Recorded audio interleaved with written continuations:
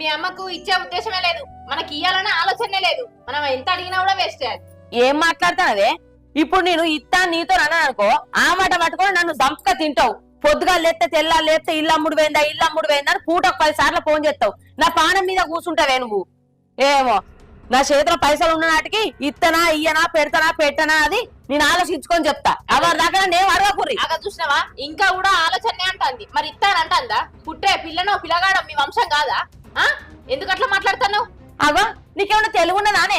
ఎక్కడ అప్పులు ఆన్నే ఉన్నాయి. ఇప్పుడు పిల్లగాడు పిల్ల పుట్టక ముందే పైసలు కావాలనే పేరు మీద అంటే ఏందన్నట్టే? ఈ అప్పులో లేనన్న పోనీయా? ఉన్న ఆస్తి మాకు కాకపోతే ఎవరికత్తది? ఆ తోటలకు పిల్లలు లేరు, జల్లలు లేరు. మాకిప్పుడు కడుపు వండింది. మరి మా పేరు పడిన ఇస్తా అంటే ఏమైతుంది? ఒక మాట. అరే మన పైసలు కట్టి ఇల్లు ఉంచుకోరని కూడా చెప్పినా కదనే. అట్లా ఒప్పుకుంటలేకపోతే ఇట్లా ఒప్పుకుంటలేకపోతే బాగా చూసినావా, మళ్ళీ అటు పోయి ఇటు పోయి ఈ కొంపని ముందటే. అరే మరి నేను నీకు చెప్తాను కదా, మీకు సాతగానని అన్నప్పుడు నేనేం చేసుకుంటా? ఇల్లు అమ్ముకుంటా.